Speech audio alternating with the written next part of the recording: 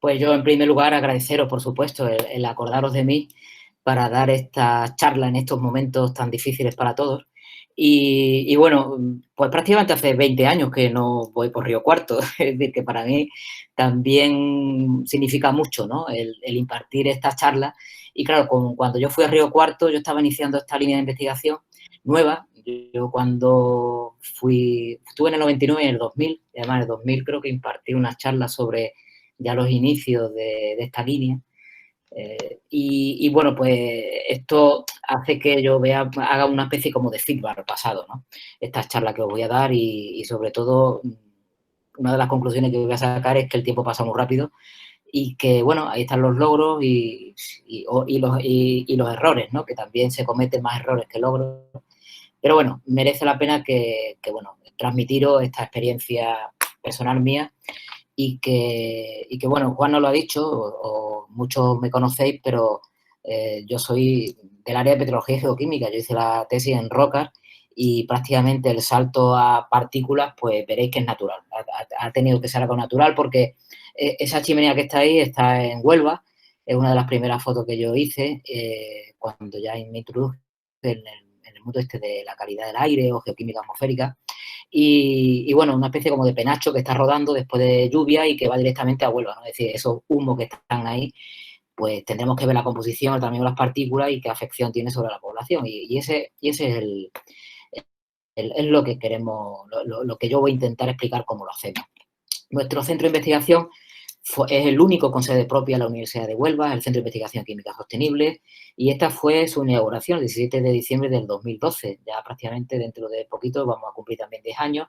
Y en el centro, el señor más alto, el profesor Robert Grabs, el premio Nobel en química, creo que en el año 2007, y lleva nuestro nombre. Hay compañeros nuestros, sobre todo un centro que la química sostenible es intentar utilizar las mejores técnicas disponibles con menos residuos, menos aporte energético y menos gasto de materias primas. Eso es nuestro objetivo dentro del edificio y está constituido por químicos sobre todo, y nosotros quizás somos los más raros, pues porque somos geólogos, geoquímicos, y bueno, no toda esta gente pertenece a mi grupo. Nosotros somos 8 o 10 personas y además estamos también por muchos sitios.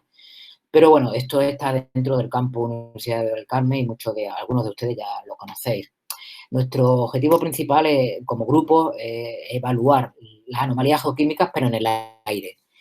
Con eso, pues podemos explicar el origen de la contaminación, cuantificar sus fuentes y, por supuesto, a nosotros trabajamos mucho en transferencia del conocimiento, es decir, ya no es investigación básica, sino aplicada, y sobre todo nos requieren, bueno, de una proporción de aire que respiramos a partir de técnicas geoquímicas, cuánto es lo que procede de una industria o cuánto procede de una mina o cuánto procede a lo mejor de una intrusión de polvo que viene del desierto y que estamos muy cerca relativamente del desierto del Sahara. Eso es lo principal y es la metodología que nosotros seguimos. Esta imagen la han publicado hace poco un compañero en Twitter, Fodonium, lo podéis verlo a través de Sin en Twitter, y no sé si también tiene Instagram, pero nosotros trabajamos con partículas. Es decir, la diferencia de un petrólogo puro de campo y bueno, vamos a llamarle geoquímico, atmosférico, es que trabajamos con micromuestras, no trabajamos con martillo, trabajamos con captadores de alto volumen o de bajo, depende. Tenemos que rescatar esas partículas que están en el aire, que no las vemos, pero que están, y que nosotros hablamos, por ejemplo, de PM10, son partículas, particulate matter, inferior a 10 micras. Esto es un glóbulo rojo que tiene unas 7 micras de tamaño. Fijaros, el cabello nuestro tiene de diámetro unas 60, ¿eh? Es decir, que estamos hablando de que PM10, es un tamaño normalizado, sobre todo a efectos epidemiológicos, se utiliza mucho para medir niveles de calidad del aire, porque hay normativas y hay leyes que marcan esos límites. Fijaros que son 6 veces menos, y el PM2,5, contra más pequeña sea la partícula, más incidencia tiene sobre la salud, eso está demostrado.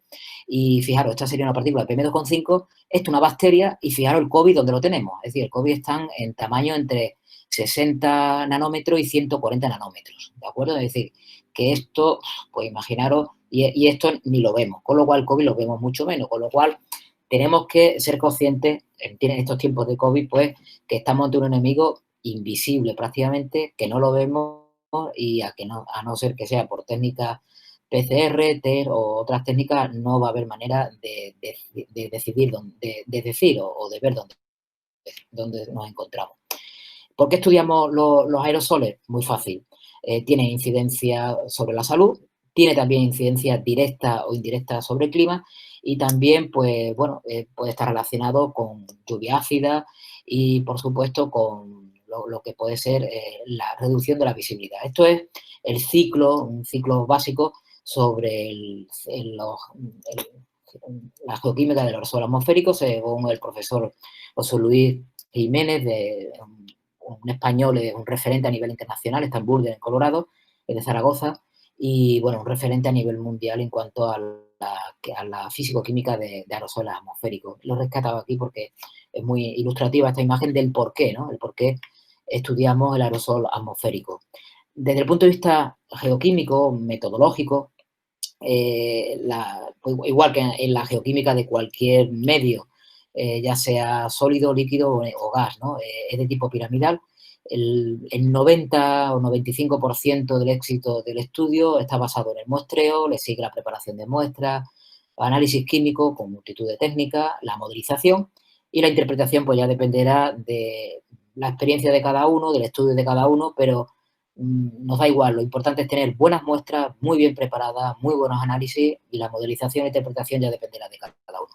Eso sí, nosotros desde el año 2011 nuestro laboratorio está acreditado con la ISO 9001 y la 14001, es calidad y medio ambiente, no tenemos la de servicio, la 17025, porque ya entraríamos en el mundo de la empresa, pero esto es lo básico pues para ofertar licitaciones públicas ante el gobierno autonómico, nacional, europeo, o incluso en empresas que trabajan con la 9.000 y la 14.000. Es un criterio de calidad que yo lo aconsejo. Bueno, somos el único grupo que lo tenemos en la Universidad de Huelva, pero que es muy importante porque todo está establecido, todos los protocolos están descritos y si hay un fallo sabemos detectarlo perfectamente y bueno, es también un lío porque dinero que hay que invertir, todo tiene que estar muy bien verificado, calibrado, las máquinas, es decir, quién es el responsable de todo, con lo cual, pero merece la pena. Es decir, yo creo que en un servicio central o en un grupo dedicado a trabajar mucho con empresas, con la administración, es muy importante tener esas dos acreditaciones.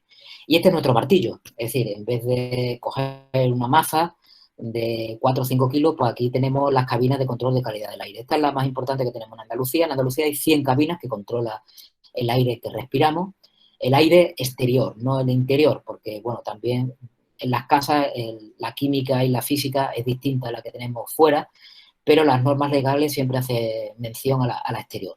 Una cabina de esta, bueno, tiene una parte interior, que ahora, bueno, si queréis ya os la puedo enseñar. Esto es una foto antigua, ya hay más equipos, y tenemos dos frontales, este es el legal, ¿vale? Son las máquinas o la instrumentación que mide cada uno de los gases, pues óxido de nitrógeno, dióxido de azufre, ozono, monóxido de carbono, también BTX, integradores, todo el tema de comunicación. El aire entra por aquí, por este teflón, y a partir de ahí se dispersa por el resto de la instrumentación. Y el aire, salvo las partículas online significa que cada 10 minutos está dando un dato, pues se realiza con este equipo, un equipo de tonación beta, y en este caso necesita una toma aparte, porque además, claro, el aerosol atmosférico, tanto partícula sólida o líquida en un medio gaseoso, y tenemos que evitar la humedad relativa. La humedad relativa pues lo hacemos mediante, fijaros que tiene una especie como de colchón, tiene aquí una diferencia de potencial, tiene dos calentadores y eso es lo que hace pues que evitemos la humedad lo máximo posible.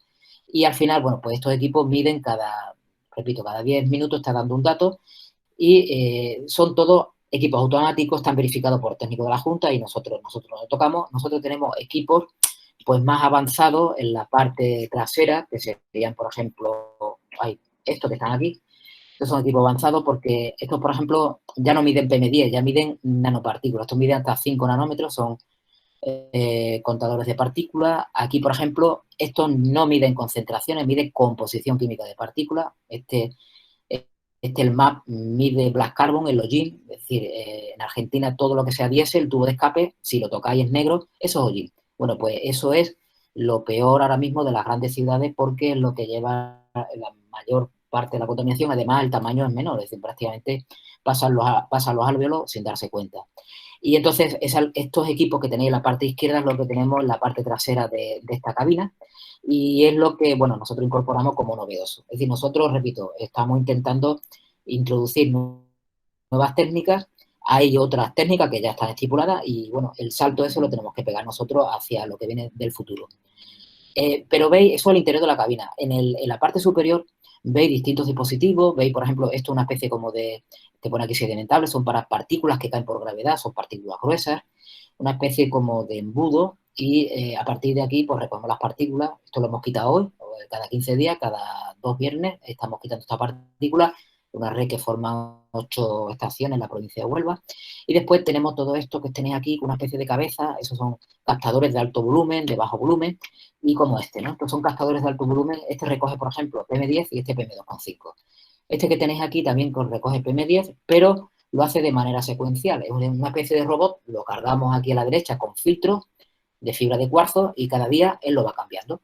Con lo cual, pues cada 15 días lo recogemos. Esto está muy bien porque ahora, por ejemplo, el miércoles estuve en Gibraltar, tenemos ahí un proyecto y tenemos este tipo de equipo y cada 15 días voy yo y recargo la máquina, recojo los muestreados, los recargo en los fijos y, bueno, pues ya ahí tenemos lo que hemos respirado durante 24 horas en el caso de estar ahí cerca de la estación. Estos son los equipos ya manuales, esto, por ejemplo, el que desde hace 20 años, el que utilizamos aquí en la cabina, y bueno, nos podemos vanagloriar en Huelva porque tenemos una de las series más antiguas de España, con más de 20 años midiendo metales en el aire, ¿no? Y bueno, 65 componentes, al final lo que medimos en PM10, PM2,5, y eso es lo que marca las tendencias y hacia dónde, bueno, el gestor de calidad del aire, si quiere reducir la contaminación, él sabe perfectamente a quién tiene que tocar, o bien al coche, o bien a la industria, o a incendios, demoliciones, etcétera. Entonces, al final, estos cabezales, repito, una especie como de filtro. Bueno, si nos introducimos un filtro de fibra de cuarzo, pues todo esto es muy caro. La geoquímica, ya sabéis, de por sí es muy cara, pues esta también es bastante cara. Nada más que el filtro ya vale 10 euros. Son filtros de cuarzo de alta calidad y ahí es donde se recogen las partículas. Es decir, lo que hacemos es cazar partículas de distintos tamaños y a partir de ahí pues tendremos distintas composiciones. Pero fijaros, esa estación la que tenemos en Huelva, esa mide la calidad del aire, lo que respiran los habitantes de Huelva o quienes estén cerca de esa estación.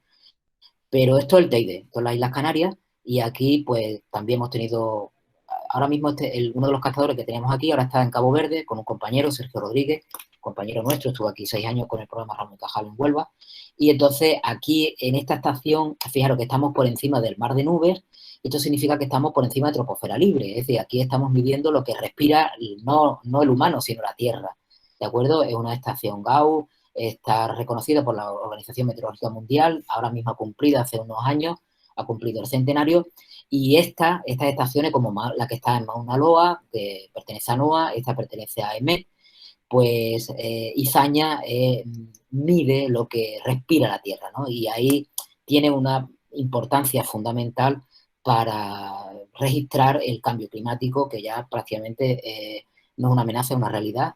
Hay ya muchos datos y muchas regiones que así ya lo están demostrando. Y bueno, quiero haceros ver que también la geoquímica hay que hacerla con vista a salud y aquí es donde la haríamos con vista de cambio climático. Ahí viven nada más que por los técnicos, los operadores propios de meteorología. Entonces, fijaros, nosotros, aunque utilicemos técnicas, bueno, prácticamente estándares, también lo que hacemos es incorporar nuevas tecnologías, ¿no? Y además de los CPC que miden ultrafinas a partículas de 5 nanómetros, más de 5 nanómetros, el Black Carbon, este que está aquí es un impactador y fijaros, cada cilindro lo que hace es medir partículas de un tamaño. Es decir, este va desde 10 micras hasta 30 nanómetros. La ventaja que tiene con los equipos estos, que miden pues concentración de partículas, los impactadores lo que hacen es recoger las partículas y a partir de ahí hacemos química. Entonces eso es muy importante porque además ya os estoy introduciendo un poco en la complejidad de las partículas. Es decir, son de distintos tamaños y son de distinta composición. Entonces tendremos que asignar esos orígenes en función de eso, de composiciones y de tamaños distintos. Entonces esto es uno de los equipos que ahora mismo es una de las estrellas que tenemos y bueno, tanto a nivel industrial como a nivel, repito, urbano. Fijaros, aquí tenéis un detalle, tenemos 2 impactadores y de cada uno de estos, es decir, si hablamos de PM10, pues esto lo tengo que dividir en 13 filtros, en 13 tamaños que lo tenéis aquí, ¿no? El más pequeño llega desde prácticamente la mitad de estos dos, que serían 30 nanómetros. 30 nanómetros, fijaros que estamos hablando de COVID, que tiene 100, ¿vale? Bueno, pues entonces estamos metidos en este tipo de medidas, ¿no? Ya muy, muy, muy detalladas.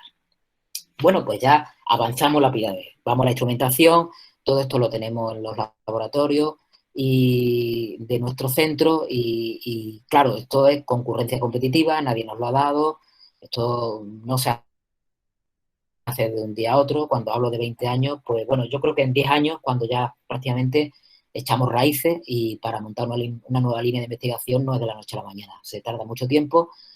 Necesitamos ya no solamente los instrumentos, necesitamos, ahí tenemos un Ferrari, por ejemplo, el 7900, el Agilent 7900. Yo me acuerdo, Juan, que el 4500 fue en el año 96 cuando se montó, en el 97, 98 ya empezamos a hacer cosas con muestras de Argentina. Bueno, pues de ahí hasta este, pues me han pasado 2 más, ¿no? Pero esto, vamos, no tiene nada que ver con los equipos de hace 20 años, ICP óptico. Este que está aquí analiza carbono orgánico y carbono elemental, ya os he dicho, el carbono elemental sería el equivalente al black carbon, es decir, el hollín de los tubos de escape. El carbono orgánico, pues sería todo el total de todos los compuestos orgánicos. Nosotros siempre estamos muy enfocados a la parte de la química inorgánica. Ya estamos empezando con química orgánica, un compañero que es químico orgánico, que ya está en nuestro grupo, y está ya poniendo las bases para hacer todo lo que el tratamiento y análisis de estos datos orgánicos. Yo soy analfabeto de la parte del carbono, ¿eh? Es decir, yo si entiendo algo, entiendo algo del silicio, del mundo del silicio, pero nada del carbono. Y, por supuesto, cromatografía iónica. Al final tenemos, pues, 65... Bueno, también hacemos especiación. Es decir, dentro del arsénico, selenio, bismuto, perdón, o antimonio, tenemos, pues, las especies de 3 más 3 más 5. Y no es lo mismo el más 3 más 5. Más 3 en arsénico, pues, mucho más cancerígeno y más tóxico que el 5. Y el arsénico es una de nuestras estrellas. Tenemos, a menos de 2 kilómetros donde yo vivo, hay una copper smelter y, claro, pues el arsénico lo mete en el aire y, bueno, esa relación 3 más 5, pues muy importante a la hora de saber esa fuente, cómo evoluciona y el grado de toxicidad carcinogénica que puede haber, ¿no? Entonces, repito, ya no solamente nos interesan los elementos, sino también las valencias, las especies de esos elementos. Por supuesto, la mineralogía, difracción de rayos X y, bueno, microscopía electrónica. Esta mañana estaba en concreto con este equipo, en un MESEN, un microscopio electrónico con EDS ambiental. Es decir, puede trabajar bajo vacío y a partir de ahí, pues bueno, hacemos análisis semicuantitativo y nos interesa sobre todo la forma, tamaño y composición de las partículas a nivel de 5 micras, de 10 micras, incluso un poquito menos. Bueno, pues al final, ¿qué tenemos en el filtro? En un filtro podemos tener partículas que representan un origen natural, el aerosol marino, partículas naturales, es decir, de la resuspensión propia de los caminos, de los suelos, aerosoles biogénicos también, pues algún tipo de pólenes. También imaginaros que hay incendios o hay chimeneas que están lejos del río Cuarto, ¿no? Y, bueno, pues pueden transportar nitrato amónico, sulfato amónico, el hollín, ¿vale? Son partículas que son muy finas y que tienen un alto tiempo de residencia en la atmósfera. Esto es como lo que dicen, es decir, ahora el COVID está dentro, sobre todo en la zona, en las salas donde hay gente, pues el COVID se puede tener alto tiempo de resistencia. ¿Por qué? Porque es muy pequeño y eso es algo evidente, pues porque lo estamos viendo con otros tipos de partículas que no son biogénicas, son inorgánicas y vemos que contra más pequeña sea la partícula, pues más tiempo de resistencia va a estar en el aire, es decir, no va a ser fácil que caiga al suelo. Y, por supuesto, todo lo que son las emisiones locales de nitrato amónico, sulfato amónico, de municiones, metales pesados de la industria y entre ellas, además, puede haber reacciones. Es decir, esto es muy complejo. Con lo cual, al final, fijaros, estos son lacasitos. Si tuviéramos lacasitos de distintos colores, pero no lo he conseguido, pues sería mejor. Pero, fijaros, esto es un filtro, pero con distintas, no partículas, sino componentes químicos. Tenemos los amarillos, tenemos los marrones. Bueno, pues nuestra misión, y es por lo que a nosotros nos requieren, es poner orden a esta química. ¿Cómo?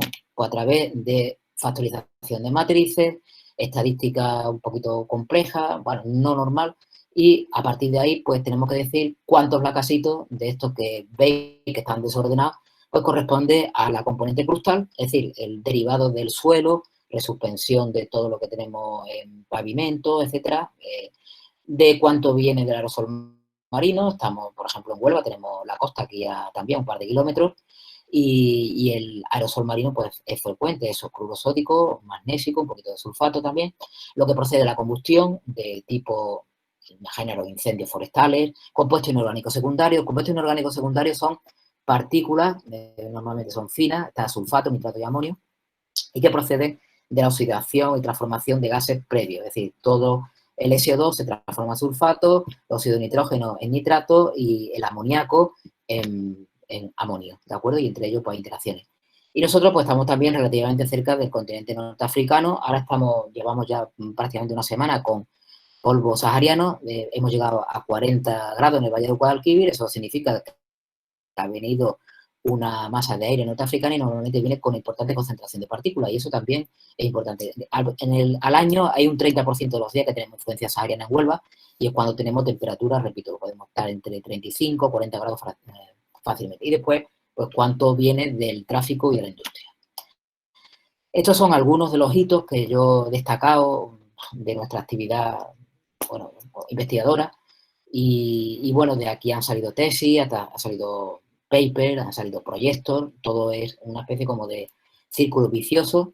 Si te paras, pues entonces ya no sigue. Con lo cual, bueno, esto es lo que podemos destacar. Trabajamos lo primero que fue, y además esa fue la conferencia que me acuerdo que fundí hace 20 años en Río Cuarto, sobre Doñana, el accidente de Doñana, sobre todo en la actividad industrial en Huelva, Campos de Gibraltar, Bailén. Tengo un gran colega que es de Córdoba, que ahora mismo está nacionalizado norteamericano, Ariel Stein, y está trabajando en NOAA, el director ahora del Air Resources Laboratory, y es uno de los referentes en cuanto al software de dispersión más importante en el mundo de dispersión atmosférica. Trabajamos del año 2008 ultrafina, minería, Río Tinto, y aplicamos isótopos radiogénicos al origen de las partículas. También zonas rurales en Andalucía, los fosfoyesos, que lo tenemos aquí al lado, calidad del aire en puertos. También un trabajo muy orgulloso que estamos es con Omar Ramírez, el año 2016. El año pasado, en el 19, defendió su tesis doctoral. Porque, claro, nosotros trabajamos sobre todo en Andalucía, somos 9 millones de personas, pero es que Bogotá son 8 millones en una ciudad. Entonces, pues él ha descrito la contribución de Fuente, que es lo que respira en Bogotá, y es el documento base, pues, para hacer todo lo que es los planes de calidad del aire de esta mega ciudad. Y ahora mismo estamos trabajando en puntos calientes industriales. Otra vez volvemos a los inicios nuestros, a la parte de Huelva, Campo de Libertad, pero ya con otras metodologías. Esto fue uno de nuestros inicios. Esta es la primera cabina que tuvimos. Y fíjate, esto fue el 16 de julio del 99, prácticamente ya, pues ahora cumpliríamos 21 años, ¿no?, desde el primer filtro. Desde entonces no hemos parado en Huelva, y ahí ya, fijaros, estas son las conclusiones que sacamos de este trabajo, y ahí ya decíamos que prácticamente teníamos, cuidado, teníamos alta acidez en el medio, y teníamos valores altos en cobre, titanio y zinc. En arsénico estamos ya en lo que era por encima de la actual normativa. La actual normativa marca 6 nanogramos por metro cúbico, aquí ya estamos 9 por el TSP, es decir, ya estamos por encima de lo que marca la legalidad. Y bueno, este ha sido nuestro punto de partida, y nuestro caballo de batalla, año tras año hasta ahora. De esta química hacemos factorización de matrices. Bueno, antes hacíamos análisis de componentes principales, una inversión de matrices, y a partir de ahí sacábamos, pues, estas contribuciones de Fuente, estas tartas que decíamos nosotros. Y en ese momento, en el año 99-2000, pues en Huelva había 30 de tráfico, 30 de crustal y 30 de industrial. Prácticamente esto ha bajado un poquito la actividad industrial, pero prácticamente se ha mantenido. Y bueno, ahora avanzaré y os diré un poquito más. Pero lo que está claro es que esto es lo importante, que nosotros podemos decir en cuanto al tamaño. Claro, si esto lo hiciéramos en PM2,5, pues la contribución antropogénica al tráfico y la industria aumentaría, la crustal disminuye, la marina también. Y esto es lo que ha sido prácticamente otra de los rasgos principales que destacaría de nuestra actividad de la geoquímica, de lo que yo hacía antes, pues con roca, y lo que hago ahora, o desde hace 20 años, es que es muy esclavo. Este trabajo es muy esclavo, tenéis que estar todo el día. Es decir, si vais a analizar hoy un granito y dentro de 1 millón de años, el granito es el mismo prácticamente. En agua, relativamente, de un año a otro puede cambiar, pero bueno, pero es que el aire cambia por horas. Entonces, esto lo que hace es que sea un trabajo muy estresante, muy esclavizante, porque todos los días tienes que estar muestreando, pendiente de mapas, pendiente de modelos y ver qué es lo que va a hacer, qué estrategia va a seguir, pues para pillar anomalías dentro del aire, ¿vale? Es decir, que cuidado porque es una especie como de esclavitud, ¿sí? Una esclavitud que tenemos ante... Pero bueno, es nuestra función y estamos en ese sentido contentos. Fíjate, esto es el polígono Punta del Sebo. Esto está sacado, Juan lo conocerá, está sacado desde la isla Salter, está de la otra... Esto es decir, donde está hecha la foto es un parque natural y ahí hay flamencos, hay especies, hay águilas pescadoras y bueno, y enfrente tenemos el segundo polígono industrial más importante de toda España en cuanto a producción, en cuanto desde el punto de vista económico. Entonces, en esos años, al principio, por lo que hacíamos con los captadores de alto volumen es, si las chimeneas impactaban aquí, es decir, los penachos impactaban aquí, pues recoger el ADN de ese penacho, ¿no? Y aquí teníamos, es decir, estas dos fábricas que ya no están, pues Fertiberia y Foret en Huelva y había otra más que no me acuerdo ahora, y bueno, pues lo que emitían son fosfatos, sodio, cobre, estas que están aquí, pues están más relacionadas pues con esta es la T-Copper, esta es la Copper Smelter, aquí está el arsénico, fijaros, 440 nanogramos por metro cúbico en una hora, cuando se permite en un año 6 nanogramos por metro cúbico, pero bueno, esto es la zona industrial, claro. Y aquí a la derecha, pues toda la parte de fosfatos, fertilizantes, etcétera, etcétera. Entonces, esto es lo que nosotros teníamos que hacer, es decir, esto cuando llega a Huelva Capital, cuánto le corresponde a cada chimenea, ¿no? Y bueno, que cada uno pague su alícuota correspondiente. Entonces, eso es otra misión, el ver el ADN geoquímico que teníamos ahí en cada chimenea. Y como ya estoy diciendo que el arsénico es una de las estrellas, pues, bueno, mi compañero Daniel Sánchez Roda, ahora es catedrático en química analítica, pues puso a punto, él hacía especiación de arsénico en pollo, en sangre, en orina, en pelo, bueno, en tejidos. Bueno, pues le propuse hacer esta técnica para aire y para partículas y lo consiguió con mucho éxito. Una de las líneas más productivas que tenemos, la parte de especiación en arsénico y sobre todo en antimonio. Y con Ariel Stein, claro, lo importante es aplicar modelos meteorológicos y lo que sale de la chimenea, pues ver a dónde va. Sobre todo para que, bueno, el gobierno, pues si en un momento dado tiene una alerta igual que se pronostica si mañana va a haber frío, calor, lluvia o nieve, pues también se puede saber en cuanto a la química del aire que vamos a respirar. Eso, lo único que tenemos que saber es medir bien lo que se emite y tener un buen modelo meteorológico. Y entonces esto lo tenemos operativo, ya esa dirección ha acabado, es otra, pero bueno, también podéis pinchar ahí. Y esto lo tenemos prácticamente online y sabemos perfectamente si mañana va a impactar en Huelva o en qué zona, tanto en Gibraltar como en la parte industrial de Huelva. Lo que pasa es que nunca, desde el gobierno, nunca se toma esta decisión, ¿no? De decir, oiga, mañana usted va a gasear a 140.000 personas, intente evitarlo, eso no. Al final los procesos industriales son de una serie de horas y ellos, independientemente de lo que sea, fijaros, esto fue el año pasado de una presentación, esto, fijaros cómo va cambiando el penacho y eso es lo que sale de la fábrica de aquí, de la Copper Smelter, ¿de acuerdo? Y aquí a la derecha tenéis los nanogramos por metro cúbico que se respiraría en este punto. ¿Veis cómo está cambiando? Eso es porque está entrando la visa. Ahí pillaría Huelva, ¿vale? Ahí en Huelva pues habría entre 10, 20 nanogramos por metro cúbico a la hora.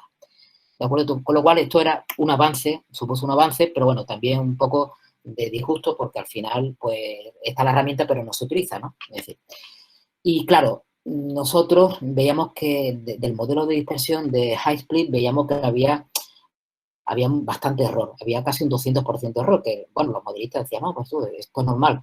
Pero claro, es porque en el modelo de dispersión teníamos en cuenta que las partículas que salían de la chimenea de esa fábrica eran partículas gruesas y no, eso era un error gordo que teníamos.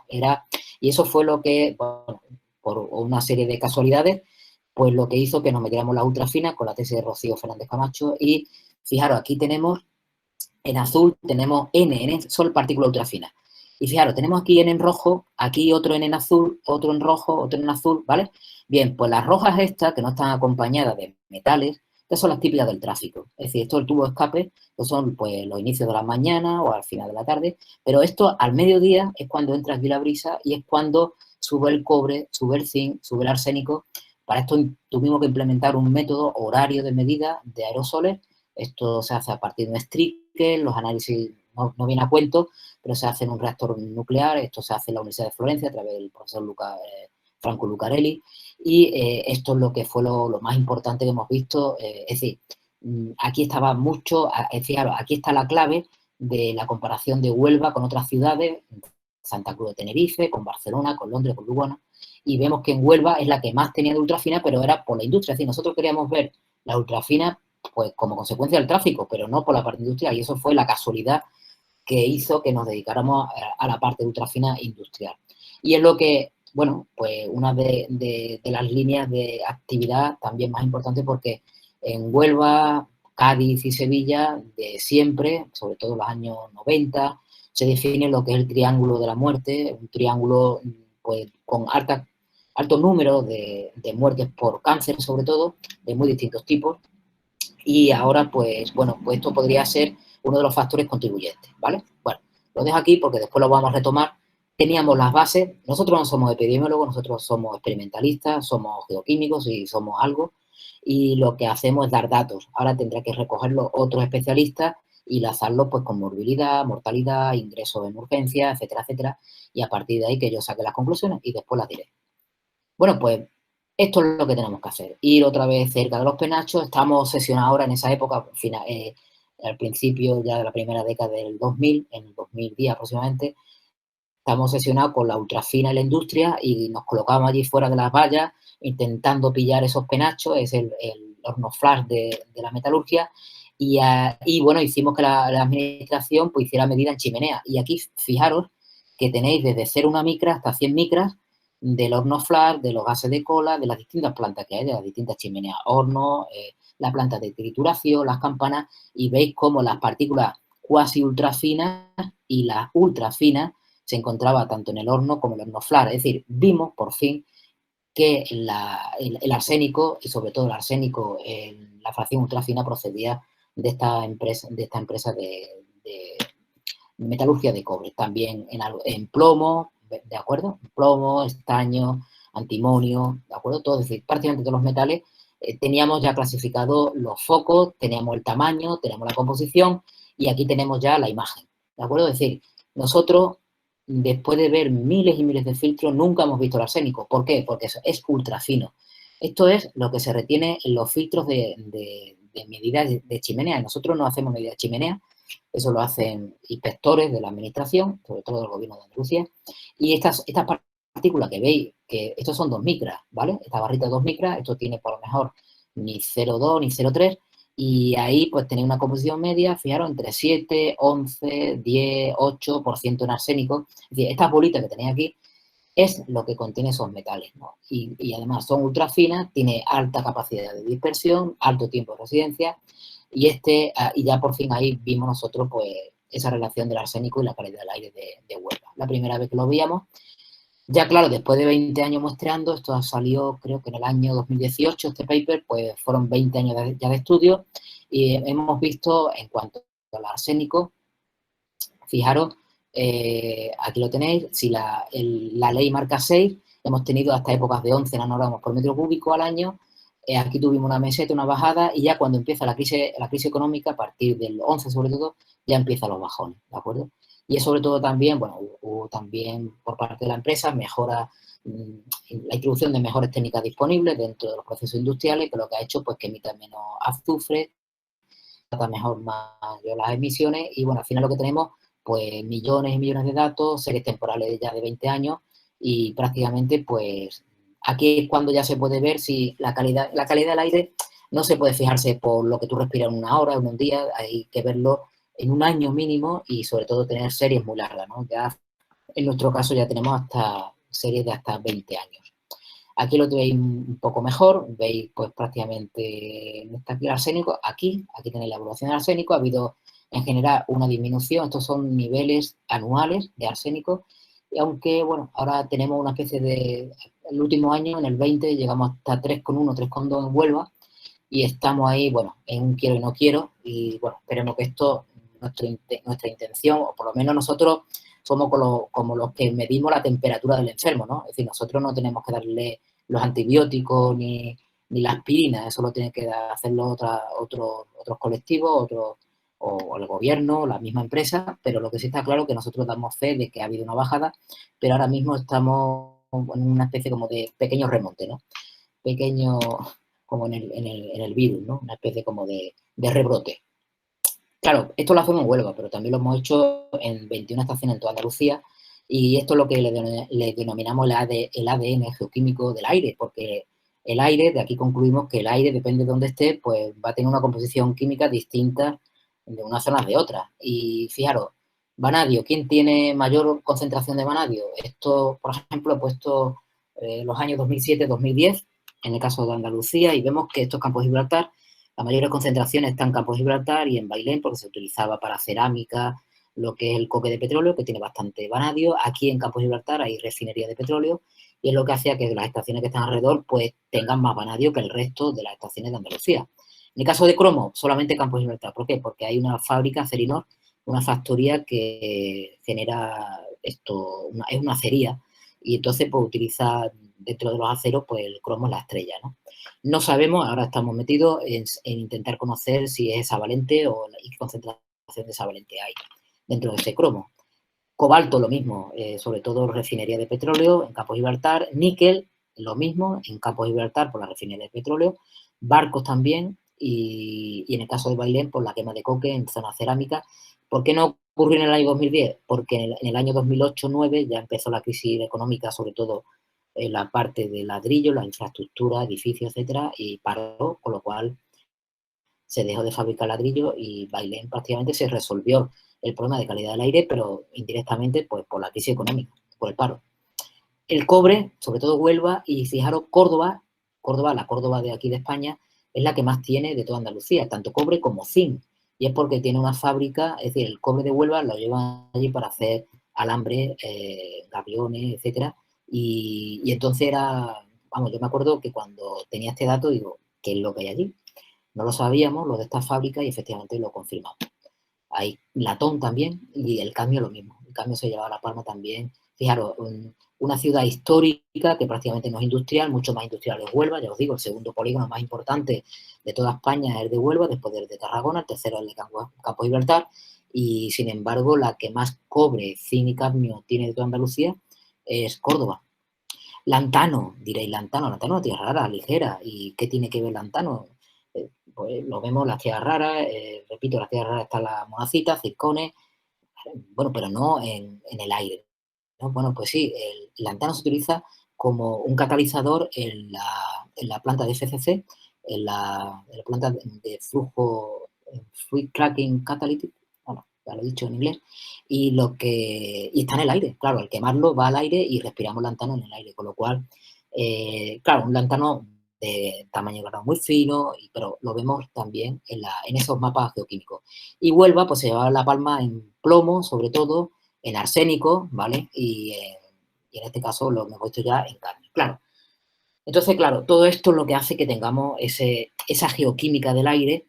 En vez de hacer mapas geoquímicos, pues lo hacemos del aire. Lo que pasa es que es muy caro, muchos años de trabajo, tiene que tener una infraestructura muy clara, partimos de cero, pero bueno, yo creo que ha merecido la pena porque es algo, una de las cosas que quizás estamos más orgullosos es que somos como semidioses, porque estamos viendo lo que respira pues 8 millones de personas, en el caso de Bogotá, 9 en el caso de Andalucía, si esto lo llevamos a nivel nacional, pues otro pico, y entonces pues somos en ese sentido privilegiados, con una alta responsabilidad, sobre todo porque además nosotros respiramos este aire, nosotros, nuestras familias, nuestros amigos, y con lo cual cualquier salida de tono, cualquier anomalía que veamos fuera de sí, somos los primeros que tenemos que decirla y aclararla, ¿vale? Y bueno, y al final, pues, podemos hacer estas tartitas, estas contribuciones de fuentes a nivel andaluz. Lo hicimos para el gobierno entre el año 2007 y 2014, y vemos, pues, cómo ha ido avanzando poco a poco a cada uno de los años, ¿de acuerdo? No voy a dar detalles de esta gráfica, pero para que veáis cómo podemos avanzar por bienios. El cristal ha ido bajando, como el aerosol marino se mantiene, el tráfico sube y baja, el regional va bajando. El regional se refiere al CIS, al sulfato, nitrato y amonio, Y en industria, pues prácticamente se mantiene, tampoco ni que baje ni que suba, está dentro de los límites de error nuestro. Y hay una fuente, ya, bueno, me queda unos 10 minutos aproximadamente o menos, y ahí tenéis una de los fenómenos que más nos llama la atención. Esto es una de estas calimas que salió del día 2 de junio, ahora, de la costa de Mauritania y ha llegado a Cabo Verde, ha rozado por aquí las Islas Canarias está por aquí, efectivamente, esto son las Canarias, esto es Cabo Verde, entonces ha estado atravesando, esta es una de las más potentes que ha habido en los últimos años, y porque esto es normal que ocurra, además cuando hay normalmente mucho polvo hay pocos huracanes, después la zona del Caribe, pero esto ha llegado a Barbados, ha llegado a Florida, uno el profesor Joe Próspero, que tiene más de 80 años y una de las principales eminencias en cuanto a polvo sahariano, su impacto en el continente americano, y bueno, esto lo ha datado él, bueno, lo lleva él estudiando hace ya 30 años o más.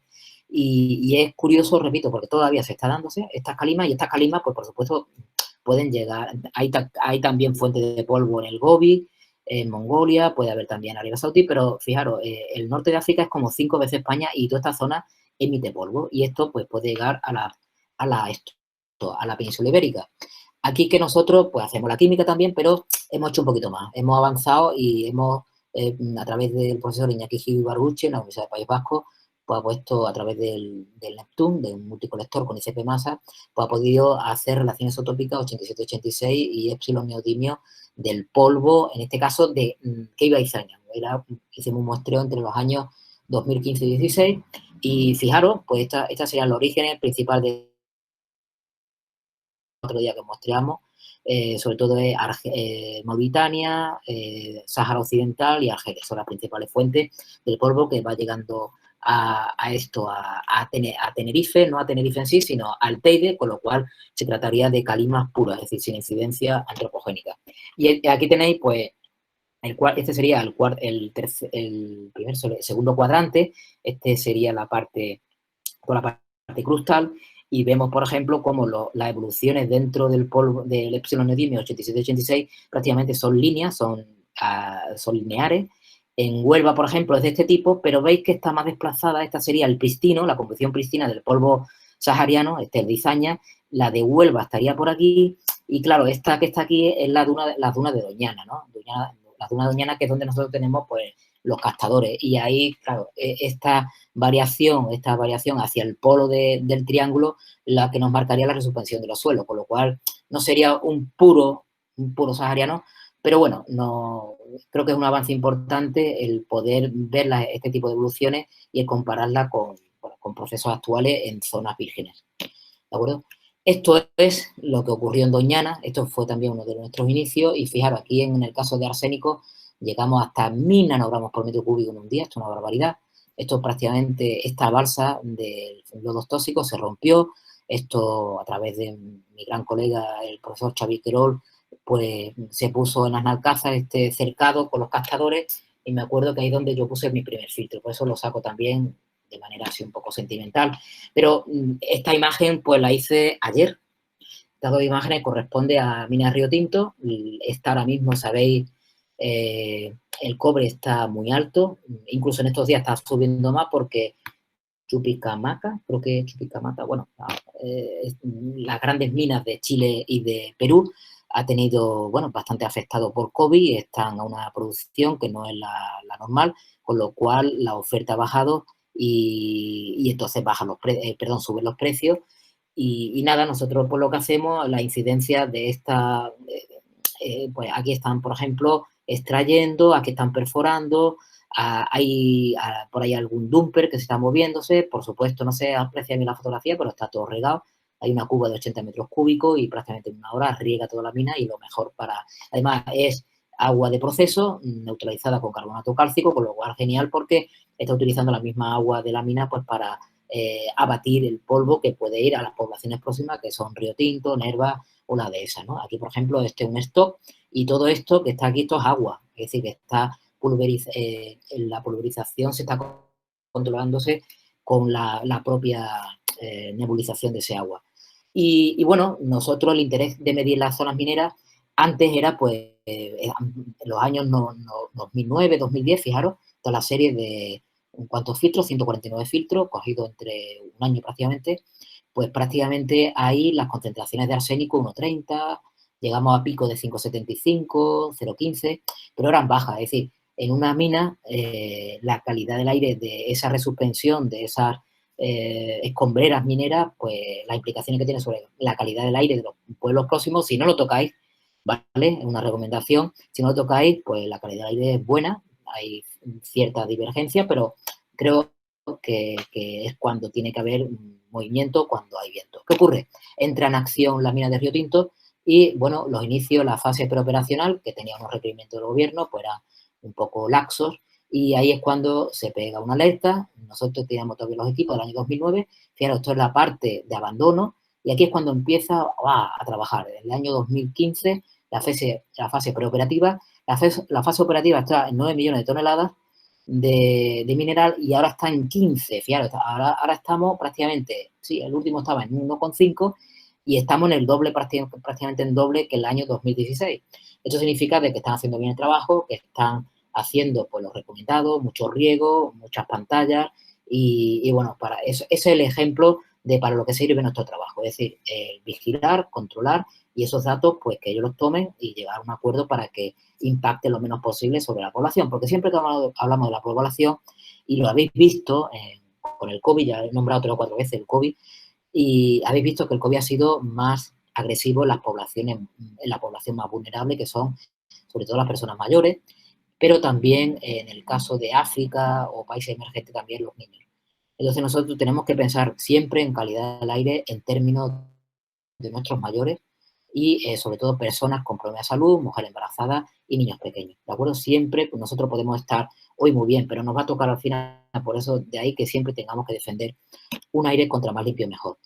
Ya estoy casi terminando esta historia y otro de los, esto nos dimos cuenta tarde porque tenemos los fosfoyesos a menos de 1 kilómetro también, son 120 millones de toneladas de fosfoyeso. Esto que veis aquí son sales de sulfato, malladrita, malladrita es hexafluoruro es hexafluoruro de silicio y sodio, efectivamente, y yeso, y entonces esto lisiva que tenía aquí tiene pH de 1, incluso ha habido veces de 0, es decir, yo he tenido ahí hasta pH negativos. Entonces, esto eran las balsas de fosfoyeso antes, y esto es lo que, bueno, en el año 14 tuvimos un proyecto, el Plan Estatal de Investigación, el que tenemos anterior a este, y estuvimos pues 3 años muestreando las balsas diarias, prácticamente semanalmente durante el año 14, 15, 16 al 17. Y esta mi compañera Ana en su tesis doctoral, ahí veíamos cómo las partículas, estábamos muy tranquilos porque los componentes de estas partículas, de estas balsas de fosfoyeso, repito, estos son ácidos y estos son los fosfoyesos. Fosfoyeso viene de la producción del ácido ortofosfórico, es decir, la fosforita que viene del Sáhara, fosfato más sulfúrico que procede de la tostación de la pirita, da lugar a lo que es el ortofosfato o el ácido fosfórico y el residuo sería el fosfoyeso. El fosfoyeso que en realidad es yeso con un 0, creo que era 0,5 de fosfato y claro, la lisiviación, ¿no? Esos lisiviados es lo importante. Claro, nosotros medíamos aquí partículas y decíamos son partículas gruesas, con lo cual tiene un tiempo de residencia se queda toda la zona de las balsas, con lo cual, bueno, pues no habría problema, pero el problema es que, claro, con el tiempo nos dimos cuenta que es el ácido. El ácido, es decir, esto que está aquí cuando evapora crea especies ácidas y puede impactar la provincia de Huelva, en la zona sur de Huelva. Tanto en partículas como en fluorhídrico gas lo medimos y, bueno, esto es en el interior de la mina, en el interior de la balsa, y este límite, el que marca, no tenemos límite en España para fluorhídrico en gas, pero ni flúor en partículas, pero esto es lo que marcaría, por ejemplo, en California, ¿de acuerdo? Esto en fluorgas. Y en California, bueno, contra más lejos estemos de la balsa fosfoyeso, mucho mejor. Pero con contribución de fuentes, esto pertenece a la tesis de Raquel, que fue la primera tesis que se leyó, la segunda tesis que se leyó en Huelva en confinamiento, fue virtual, y fue este año, en marzo, creo 25 de marzo del 20, y aquí la contribución de fuentes significa que un 5% de las emisiones de la balsa de fosfoyeso impactan a 500 metros del ácido de Huelva. Con lo cual, bueno, pues para esto sirve también la geoquímica atmosférica, para determinar si una zona de minera o una zona de vertido incontrolado, pues puede llegar una población. Hombre, no es lo mismo el norte de Huelva, que pues está retirado de la balsa 4 kilómetros, que el propio borde sur, que está a medio kilómetro. Bueno, y ya con esto prácticamente estoy terminando, porque del estudio de ultrafina, de todo este tiempo que hemos ido analizando, sobre todo, bueno, con otras ciudades, por ejemplo, Barcelona y Santa Cruz de Tenerife, los epidemiólogos cogen los datos, que sería ya el final del ciclo, cogen los datos y ahora los relacionan con morbilidad, mortalidad. Entonces, hay una cosa que es muy importante. Os saco este paper porque hubo bastante conflicto, porque el periodista cuando lo saca, esto normalmente cuando se saca este trabajo se saca en inglés y la traducción es muy importante y si hace una mala traducción, aquí falló en que dijo mortalidad, ¿no?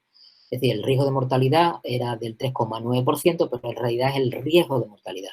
Una cosa es el riesgo, es decir, yo puedo salir ahora de aquí a la calle y tengo un riesgo de que me pueda morir por un accidente de tráfico. Otra cosa es que me muera, ¿vale? Esa es la diferencia entre riesgo y mortalidad. Entonces, bueno, pues bueno, aquí hay un colectivo importante dentro de la parte del ecologismo eh, y entonces, pues, bueno, el titular que salió era la industria asesina. En realidad, eso significa que el 3,9%, si se supera 12.000 cuentas de ultrafina, pues podemos tener un riesgo de muerte de 3,9. Pero es que en Huelva al día pues, puede morir entre 10 y 12 personas. Es decir, aquí nosotros nunca vamos a poder relacionar lo que es la mortalidad por la industria porque estadísticamente que se muere de 10 personas, un brazo, una cabeza o una pierna. ¿De acuerdo? Esto sería para ciudades más importantes. ¿De acuerdo? Esto es por lo menos con la base del conocimiento, sobre todo desde el punto de vista epidemiológico. Y nada, sobre todo ya para concluir, no os canso más. He ido un poco rápido, lo he intentado, no he dicho todo porque entonces aquí no tendría sentido esta charla, pero sí por lo menos introduciros, no sé si es algo nuevo no para ustedes, pero quiero recalcar el protagonismo, el interés de la geoquímica en el estudio de algo tan importante como el aire que respiramos y sobre todo los aerosoles y sobre todo conocer sus orígenes. Lo que hemos hecho es destacar las principales estrategias metodológicas, estrategias de estudio, desde el punto de vista geoquímico. Repito, esto es como grandes piedras, en vez de estudiar granito, pues estudiamos micropartículas, lo único que también tenemos que ver el tamaño de esa partícula. Es muy complejo, propio de la propia naturaleza del aerosol atmosférico, por el tamaño, la física, por la química, y además la multidimensión que nos da esto, y que el aire que respiramos está influenciado por muchos tipos de actividades, sobre todo antropogénicas y procesos naturales. Os he dicho algunas, pues, el polvo norteafricano, las zonas industriales, las zonas mineras abandonadas, las bazas fosfoyesos, que esta actividad tiene grandes dosis de transferencia del conocimiento e investigación. No lo he puesto, pero es muy esclavizante y prácticamente te absorbe, un trabajo prácticamente diario. Y bueno, lo que sí quiero agradecer a un montón de gente porque esto no nace de uno, esto nace porque hemos tenido el apoyo sobre todo de Javier, de Andrea Lastuey, de todos los grupos de Izaña, de CIEMAT, de Estación Experimental de Zaidín, porque son 20 años, son mucha gente y yo creo que lo importante de la universidad es esto, la generosidad. Ahí es donde se ve, son grandes personas, grandes gente y grandes científicos contra otra de las cosas que saco de todos estos años es que el mejor científico es la mejor persona, ¿no? Por supuesto, a la jefatura de servicio encabezada por Juan Contreras, la Consejería de Medio Ambiente, de la Junta de Andalucía, Antonio Lozano también, que es uno de los mejores técnicos que tenemos aquí en Andalucía en cuanto a medio ambiente y, por supuesto, a todas las convocatorias competitivas y, bueno, a un montón de gente de mi grupo. Yo soy el último y ellos son los que siempre me han marcado también para motivarme para seguir llevando todo esto.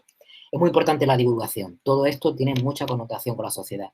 Todos los días lo primero que hago es ver lo que hemos respirado el día anterior y saco una noticia que va a radio, a Cadena Ser en Huelva, del Grupo Prisa, y esto a partir de ahí pues lo pongo en Twitter, cada semana lo pongo en el blog y bueno, no podemos estar en nuestra torre de marfil haciendo una investigación para nosotros, tenemos que lanzar la sociedad y para eso la cultura científica es muy importante. Redes sociales ahora nos permite hacer cosas muy buenas, tened mucho cuidado también como lo divulgáis, porque al final podéis tener problemas, ¿eh? Y bueno, nada, ha sido un placer. Cualquier pregunta, cualquier inquietud, aquí me tenéis y bueno, muchas gracias por vuestra atención.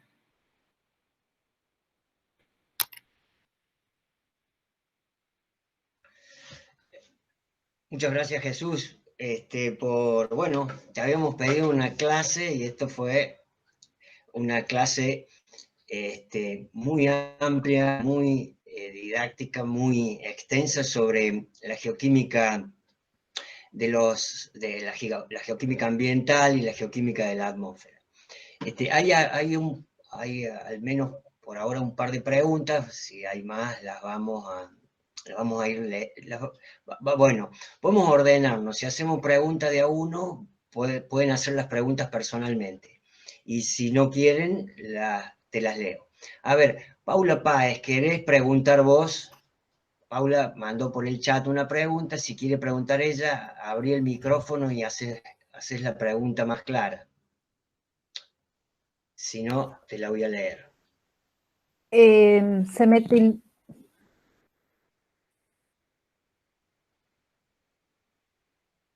Bueno, mientras Paula, después cualquier cosa, si yo no la hago bien, Paula, después la haces vos. Paula pregunta, ¿cómo es que realiza la trazabilidad entre lo que cuantifica y las fuentes?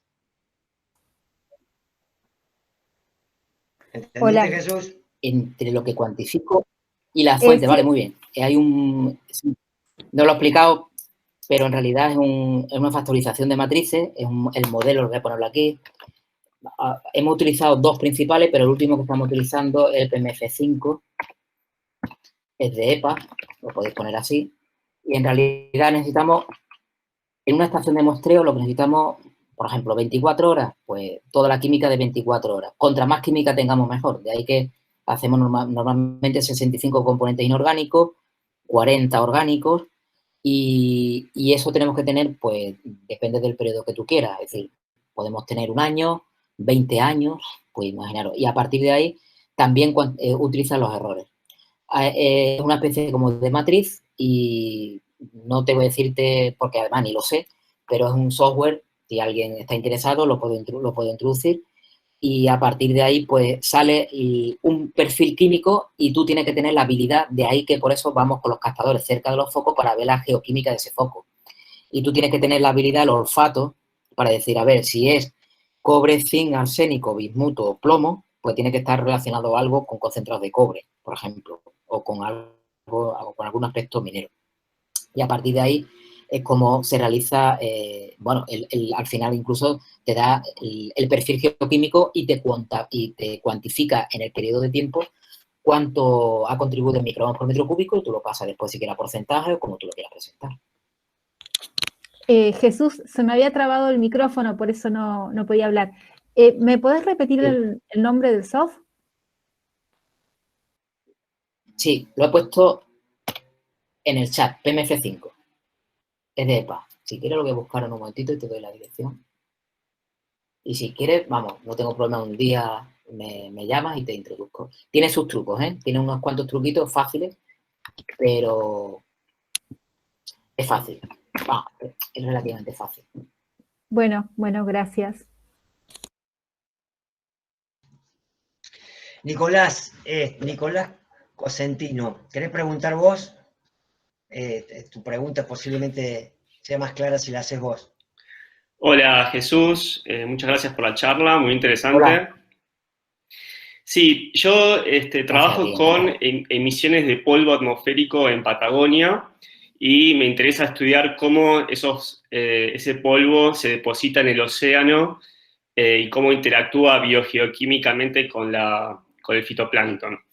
Y estuve utilizando HighSplit para modelar esas emisiones y una de las limitaciones que encontré es que la distribución granulométrica de las emisiones, yo al menos no pude representarla muy correctamente, solo podía hacer distintos bins con tamaños específicos, digamos, como si fuesen modas, pero sin una distribución continua, y yo tengo la sensación de que eso está afectando un poco la distribución de la depositación. Y bueno, vi que ustedes tenían el mismo problema en las chimeneas. Quería saber si hay alguna forma de mejorar esa representación granulométrica. Yo te recomiendo que te pongas en contacto con Ariel, además argentino, te va a tratar excelente, es un gran profesional y él es el que toca el software, es decir, él es el que tiene los códigos, yo hasta ahí no llego. Pero es muy importante lo que estás haciendo porque además aquí, igual que en Patagonia, lo que sale de Patagonia puede ir al océano Pacífico, no me imagino, Atlántico, ya no sé, pero es lo que está pasando con el polvo sahariano, ¿no? Y ahí, por ejemplo, el hierro que pueda llevar aquí en el polvo del desierto lleva hierro, que en parte es soluble, y ese hierro pues puede utilizar las diatomeas pues, para crecer, porque son... con lo cual, pues, tiene un efecto incluso positivo en el tema de cambio climático, porque esas mismas algas pues pueden fijar más CO2, ¿no? Por ahí van los tiros. Entonces, claro, hay una componente que es la modelización de la dispersión, hacia dónde va, pero también a lo mejor sería interesante ver cuánto hierro hay o qué componente es el nutriente para esos bichos, ¿no? Bicho entre comillas, y modelizar ese nutriente en vez de la partícula total. Me explico, ya no solamente el tamaño. Yo a lo mejor te daría no sé, yo lo veo más por intentar más que modelizar tamaño de partícula, componente químico. ¿Me explico? Perfecto. Muchas gracias, Jesús. Pero ponte, si quieres te doy el correo, pero no, lo tienes en la web. Ariel, repito, yo creo que arielstein.noa.gov, creo que está por ahí. Ahora te lo doy. Muchas gracias. Bueno, algunos de los estudiantes de la comisión de charlas, si quiere decir algo, preguntar algo o agradecer, abra el micrófono. Si no lo hacen ellos, pasamos a María y... Hay una Mónica Planacín quiere hacer una pregunta, Juan. Adelante, Mónica, te dejo a vos, es más fácil. Buen día.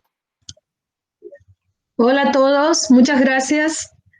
Hola Jesús, yo soy Mónica, docente del Departamento de Geología y estoy en el grupo de Hidrología. Te felicito por la charla.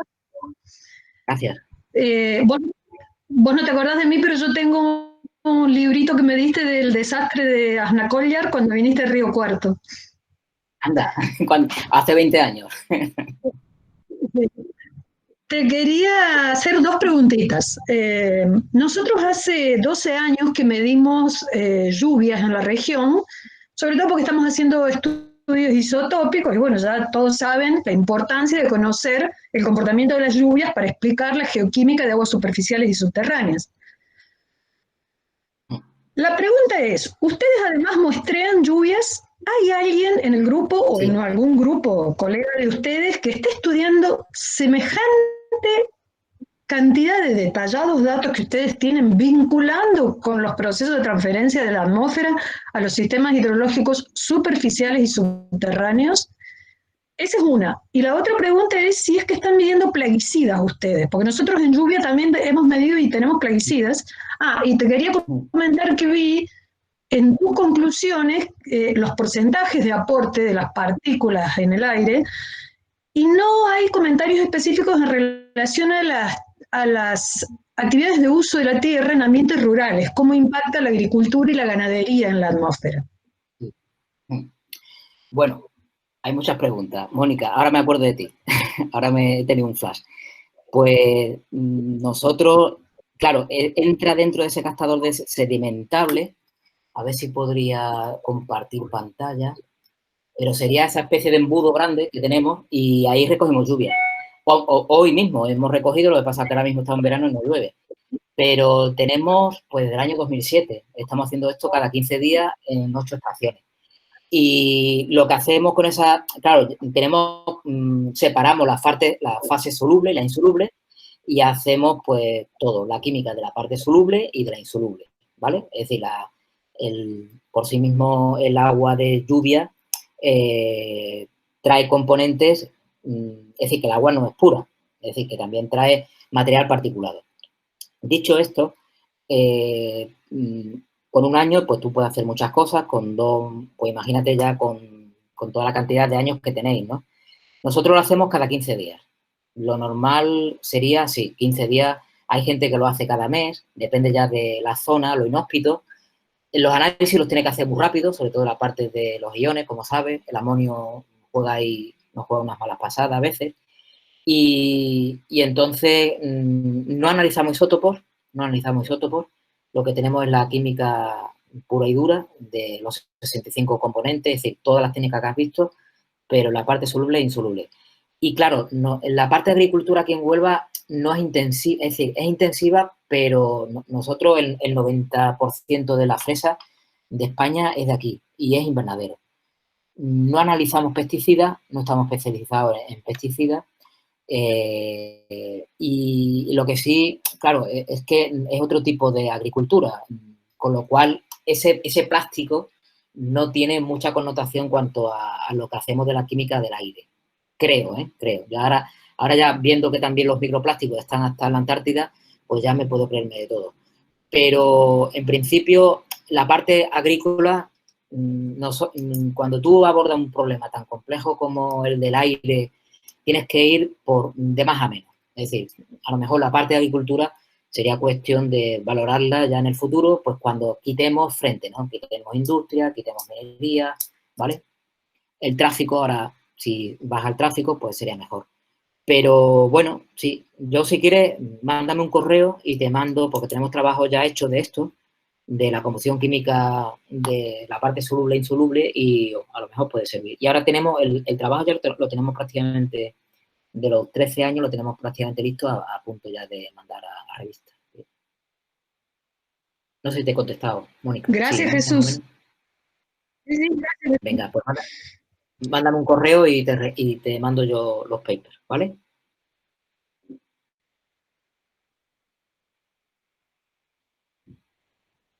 Hola Jesús, Facundo te habla. Te hablo Hola. en representación de los estudiantes de geología. Antes que nada agradecerte por la excelente charla que diste, por tu predisposición. Realmente fue muy claro todo lo que nos hablaste. Y bueno, tenemos unas preguntitas que hemos juntado entre los estudiantes, así que paso a leértelas. La primera dice, en base a los estudios que ha realizado de los aerosoles ambientales, ¿cuáles son las actividades responsables de causar el mayor impacto ambiental y cuáles son sus implicancias? Bueno, voy a ir una por una, ¿vale? Aquí depende de los sitios, ¿no? Es decir, yo, por ejemplo, a pesar de todo, prefiero vivir en Huelva que en Madrid. En Madrid y Barcelona son grandes ciudades y mucho tráfico, y sobre todo está demostrado el impacto que produce sobre todo en los niños, las personas mayores, el tubo de escape. Huelva es una ciudad pequeña, 140.000 habitantes. Se vive bien a pesar de que ha habido una industria en el pasado. Yo soy de aquí, es decir, tengo 55 años y yo nací con la industria y yo he visto muchas barbaridades de pequeño. Ya eso se está resolviendo. Es decir, ya de hace años ya se está resolviendo. Esto es como estamos en el final de la película y bueno, me gustaría tener un final feliz en el sentido de que la industria es posible, está demostrado de que es posible que viva la actividad industrial, también el tráfico, sin un impacto en la calidad del aire. ¿Cómo? Pues metiendo inversiones a mejores técnicas disponibles, que las hay. Es decir, hay una gran cantidad de filtros, o igual que os digo, la mina, pues evitar imponer abatimientos con riego, con pantalla, la parte portuaria lo mismo, pues se puede hacer. Lo único que ya es una cuestión de equilibrio económico, costes, etcétera, etcétera. Pero ya te digo, lo peor quizás lo veo yo en el tráfico, en las grandes ciudades, después zonas industriales complejas, y esas son las... Bueno, y cuidado, en Andalucía, la que está catalogada como la zona de peor calidad del aire, desde hace ya prácticamente 15 años, es Villanueva del Arzobispo, un pueblo de Jaén. Eso está metido en la zona olivarera y un pueblo de 7.500 habitantes. Y diréis, ¿qué tiene este pueblo que no tiene Madrid? Porque, bueno, Madrid también cumple y Barcelona también cumple algunos barrios. ¿Qué es lo que tiene? Pues que en invierno es una especie como de huevo, está puesto en un valle y utiliza biomasa. Es decir, todo lo que es la quema de troncos de leña, ramas de olivo y bueno, inversión térmica, frío, se queda todos los contaminantes sin dispersar y es lo que hace pues que esté como una especie como de nube continua de contaminación, ¿vale? Esas son las cosas más graves que estamos trabajando, que hemos visto a lo largo de estos años. Bien. Otra pregunta dice, ¿cómo diferencias la contaminación antropogénica de los aportes del sistema natural en la generación de aerosoles atmosféricos? La antropogénica, está claro, tiene sobre todo alta concentración en metales y después anomalías. Es decir, esto es como si cogiéramos la composición química de Rudnigao, ¿no? Y representamos toda nuestra composición química de ese filtro, lo representamos. Lo que dé distinto es lo antropogénico. Eso va a misa. Es decir, que es muy importante la geoquímica que os da vuestros profesores ahora mismo en la licenciatura. Esos principios son perfectamente aplicables a lo que es una geoquímica, le dicen ambiental o aplicada o como ustedes digáis, pero igual que hacemos en la geoquímica minera, en la geoquímica de la corteza del manto, pues lo podemos aplicar a la del aire. Cualquier anomalía que veamos, todo eso es antropogénico. Otra cosa es que tú lo sepas decirle que esto es tal o cual fuente, ¿vale? Eso ya requiere de otra estrategia, otro olfato, estudiar, bueno. Perfecto. Después, vos hablaste acá al último sobre los depósitos de fosfoyeso. Considerando tus estudios y tu trabajo con esto, ¿cuál es el peligro ambiental que tienen estos depósitos?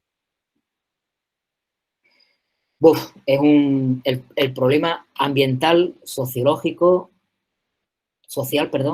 y político. Ahora mismo aquí se ha permitido utilizar una marisma en unos momentos, es decir, todo esto depende de la ley, es decir, ahora mismo se pide esta autorización para hacer lo mismo que hace 40 o 50 años y no te lo permite. Es decir, que también es muy importante que la contaminación ocurre, es decir, lo que hoy es contaminante hace 40 años no era contaminante, todo depende de las leyes. Para eso hay conocimiento, es decir, las leyes van cambiando en función del conocimiento.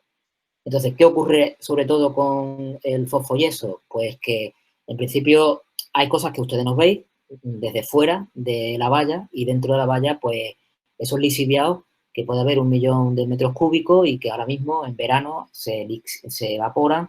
Eso emite fluorhídrico en gas. El fluorhídrico es muy irritante, es decir, el fluorhídrico lo utilizamos, como sabéis, para atacar la roca silicatada, ¿no? Y disolver las rocas. Bueno, pues imaginaros esto en el aire. Yo me acuerdo cuando estaba haciendo espectrometría de masa en Glasgow y era la estrella, ¿no? El fluorhídrico era la estrella. Yo he visto accidentes de fluorhídrico y gente con un muñón en el dedo, ¿no? O una embolia pulmonar, ¿no? Es decir, es un gas bastante complejo. Bueno, pues eso lo tenemos allí. Y repito, eso a lo mejor un trabajador que esté dentro de la planta pues lo puede asumir, pero no una persona mayor o un niño pequeño, ¿vale? Entonces, por lo menos eso es, el fluorhídrico en el aire es lo peor. Después, flúor vía partículas puede llegar a la zona pues, de marisma. Estamos en el río Tinto, que además ya viene degradado porque sabéis que el río Huelva tiene sus peculiaridades, su yin y su yang, ¿no? Como provincia. Tiene un parque nacional de Doñana, que es la estrella de Europa en cuanto a aves migratorias, etcétera, etcétera. Tenemos 2 parques naturales, la Sierra Norte de Aracena, al lado de la fábrica tenemos Marismas del Odier, pero también hemos tenido el polo industrial, el segundo más importante de España, y tenemos unos depósitos de fosfoyeso que con 120 millones de toneladas. Con lo cual, pues esto es algo, el Tinto, repito, es otra de las anomalías geoquímicas importantes porque es un estuario, Huelva se caracteriza por ser, los estuarios sabéis que son filtros de agua dulce, agua salada, pero es que esto es agua ácida que viene del río Tinto de Odier, que viene de las minas de río Tinto, que es una de las mayores anomalías de cobre y de metales que existe en el mundo, y que pues estos ríos, que hasta 10 kilómetros antes de llegar a Huelva, el pH del río es 2,5, es sulfúrico. Bueno, pues eso es otra, es decir, ya es un río degradado o un estuario degradado y que se le añade algo más, ¿no? Con lo cual, pues esta complejidad que le estamos poniendo al medio ambiente, pues es brutal. Pero, sin embargo, yo no sé si tendremos una inmunidad especial, pero seguimos aquí, seguimos y hay sus plantas, hay su, bueno, ya os digo, hay un parque natural en pleno, Marisma de los Diel en plena zona industrial, ¿no? Eso significa también de que la zona industrial ahora mismo pues está haciendo los deberes. Bien. Después, no sé si sabías, pero te contextualizo, acá en Argentina tuvimos un conflicto binacional con Uruguay respecto a la instalación de papeleras. ¿Tenés alguna idea, según tus conocimientos, cuáles las repercusiones ambientales que puede traer este tipo de industrias? Nosotros hemos tenido una hasta hace poco.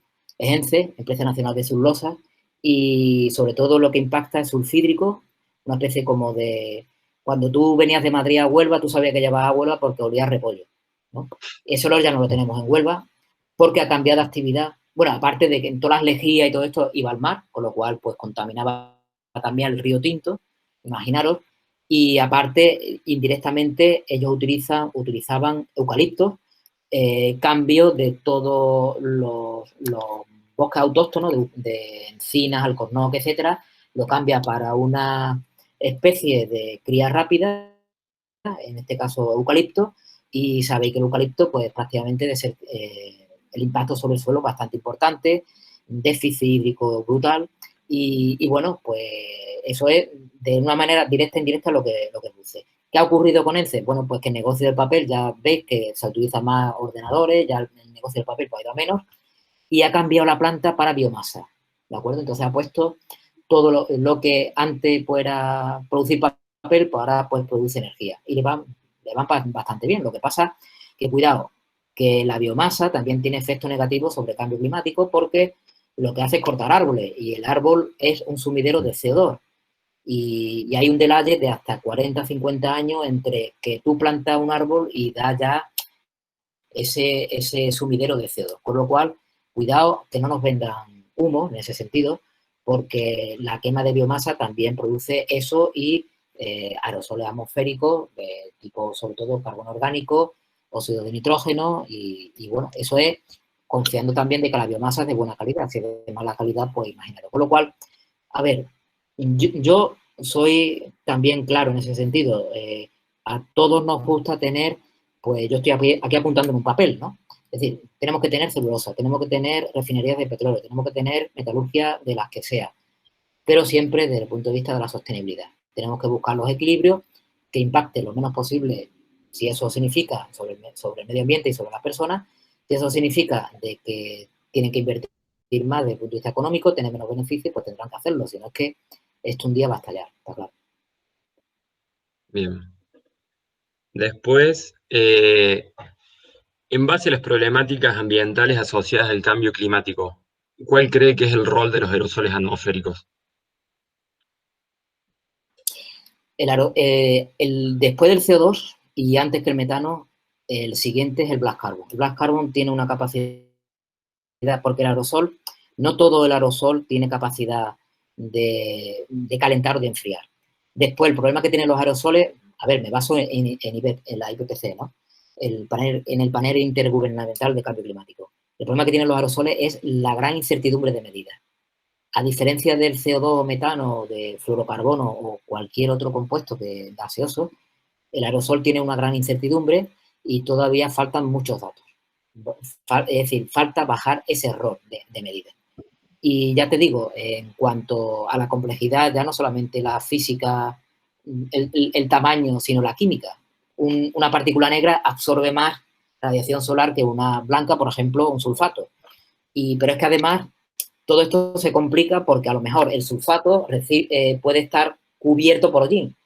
Y parece ser que ese coating, esa cubierta, pues hace como lupa y hace absorber todavía más. Es decir, fijaros la complejidad que puede dar ya no solamente una composición química, sino que se reúna, que interaccionen partículas entre sí. Con lo cual, bueno, esas son líneas de trabajo que se están desarrollándose ahora. Está trabajando muy bien en ese sentido China y, por supuesto, Estados Unidos, que son las grandes potencias. Y bueno, ahora mismo, repito, lo importante es tener una gran base de conocimiento, tener buenos datos y, sobre todo, grandes series históricas. Y porque yo creo que el cambio climático va a ser mucho peor que el COVID. Cuando ya nos demos cuenta, va a haber zonas en el mundo donde habrá más pandemia y otras donde habrá menos pandemia, ¿no? Y entonces eso va a producir grandes desigualdades, por lo que estamos viendo ahora mismo con esta pandemia. Pero esta pandemia ha durado 3 meses o 4 meses, ¿no? El cambio climático ya lo tendremos de por vida. Bien, y a modo de cierre, ya una pregunta más personal. Teniendo en cuenta tu trayectoria académica en el área de petrología, ¿qué fue lo que te motivó como geólogo a dedicarte a esta nueva rama de estudio tan diferente, tan distinta a la petro? Era natural. El cambio tuvo que ser natural. Y no fue... Yo creo que la investigación es como... Yo no soy manejo capitán de barco ni nada, ¿no? Pero un barco, un petrolero, para hacer una maniobra de aquí a 10 kilómetros tiene que empezar aquí. Es decir, esto fue poco a poco. Esto, me acuerdo yo que yo estaba en Newfoundland, estaba en Terranova, en San John, estaba aprendiendo láser con George Jenner y que además después aplicamos esa técnica, Juan, acuérdate, ahí a Santa Rosa, ¿no? A las granulitas de Santa Rosa. Y me acuerdo yo que ahí me llamó Xavier Querol por el tema de esto, de Doñana, ¿no? Y ahí fue mi primer filtro y yo vi que eso era Huelva, que Huelva tenía ese problema y me acuerdo yo que mi director de tesis, que era Antonio Castro, también hacía que, bueno, traer una nueva línea de investigación es atractivo. Siempre, desde mi punto de vista, siempre estudiar lo mismo también a mí me podría crear cierta desmotivación, ¿no? Pero, y eso fue una bocanada de aire fresco. Supuso mayor esfuerzo para mí, a todos los niveles. Me tuve que aprender nuevas metodologías. Gracias al equipo, tú no puedes ir solo, tú tienes que ir al principio con gente, y siempre ahora mismo voy con gente, tienes que ir aprendiendo todos los días. Y ya te digo, fue algo natural, casualidad también. Si no estuviera ahí Javier Querol, pues yo no hubiera entrado en esta línea. Y fue natural también, pues porque, repito, era algo que necesitaba Huelva. Era mi ciudad con un problema de contaminación muy grave, después ampliamos a otra Andalucía, etcétera, etcétera, y bueno, ya prácticamente pues a todo esto. Pero bueno, sigo teniendo todavía mis colaboraciones con Antonio Castro, con Juan de vez en cuando también, y bueno, soy profesor de petrología y geoquímica. Este año he dado petrología de tercero, trabajo de campo que no hemos ido al campo, tendremos que ir en septiembre, y geoquímica de segundo, con lo cual la geoquímica la doy muy enfocada a los 3 medios, a la parte marina, aire y, por supuesto, roca. Y quizá, pues, el haber hecho una tesis doctoral en roca dura y después trabajar ahora en aire es lo que vea todo con otra perspectiva, ¿no? La tierra la veo con otra perspectiva, sí. Yo no... Ha supuesto un sobreesfuerzo, repito, para mí, pero creo que ha merecido la pena. Yo ahora mismo no reniego de todo ese trabajo ni... No, estoy contento. Bueno, Jesús, vinculado a la última pregunta de Facundo, yo voy a cerrar agradeciéndote y diciendo a los estudiantes algo personal, que Jesús es tan andaluz como Lorca, como Machado, como Hernández o como Sabina. Y por eso siempre le manda cartas a su primer amor granítico, sin serle infiel a su casamiento con el ambiente. Gracias, Jesús. Un abrazo. Gracias. Hasta pronto. Te dejo, María. Gracias a todos. Gracias. No, nada más que agradecer. Un fuerte aplauso virtual, Jesús, y muchísimas gracias por la oportunidad que nos das de escucharte. Gracias. Gracias a ustedes. Y espero vernos allí en Río Cuarto. Ojalá. Gracias a todos. Gracias.